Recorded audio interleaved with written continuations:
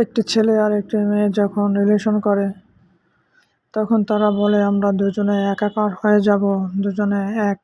কিন্তু আসলে দুজনের দুটি পৃথিবী, একজন সাদা কালো, একজন রঙিন।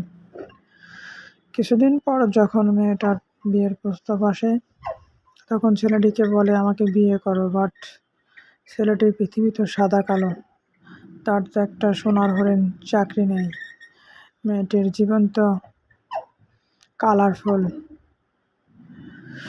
সে তখন বিসিএস কার্ডার কাউকে দেখে বা কোনো আলালের ঘরের দুলাল দেখে বিয়ে করে ফেলে, আর ছেলেটির জীবন সাদা কালোই রয়ে যায়।